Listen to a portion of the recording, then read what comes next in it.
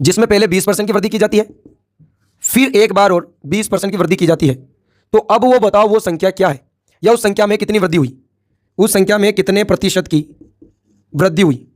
सवाल की थोड़ी गहराई को समझना पड़ेगा। क्या दिया मैंने सवाल, एक संख्या है जिसमें पहले 20% की वृद्धि होती है, फिर 20% की वृद्धि होती है, तो बताओ टोटल कितनी वृद्धि हुई। तो देखो कुछ नहीं करना है, जब पहले देखो बेसिक समझा देता हूं, फिर आपको ट्रिक समझाता हूं। बेसिक क्या होती है, देखो कोई भी संख्या अपने आप 100% होती है, फिर उसमें कितनी वृद्धि, 20 की वृद्धि, तो कितनी हो गई 120। फिर इसके ऊपर और एक बार और 20 की वृद्धि। अब मेरे को क्या निकालना है, पहले 100 था 120 हो गया, 120 हो गया, और फिर 120 पे और 20% की वृद्धि, 120 पे और 20% की वृद्धि, तो इसका 10% कितना होता है 12, पीछे से एक अंक छोड़ के दशमलव, 10% 12, तो 20% 24, 24 की और वृद्धि हो गई, तो कितना हो गया, इसमें 24 जोड़ना है आपको, तो 144 हो गया। अब देखो दो वृद्धि के बाद वैल्यू कितनी हो गई 144, पहले 100 थी, अब कितनी हो गई 144, तो कितनी वृद्धि हो गई 44% की टोटल वृद्धि आएगी।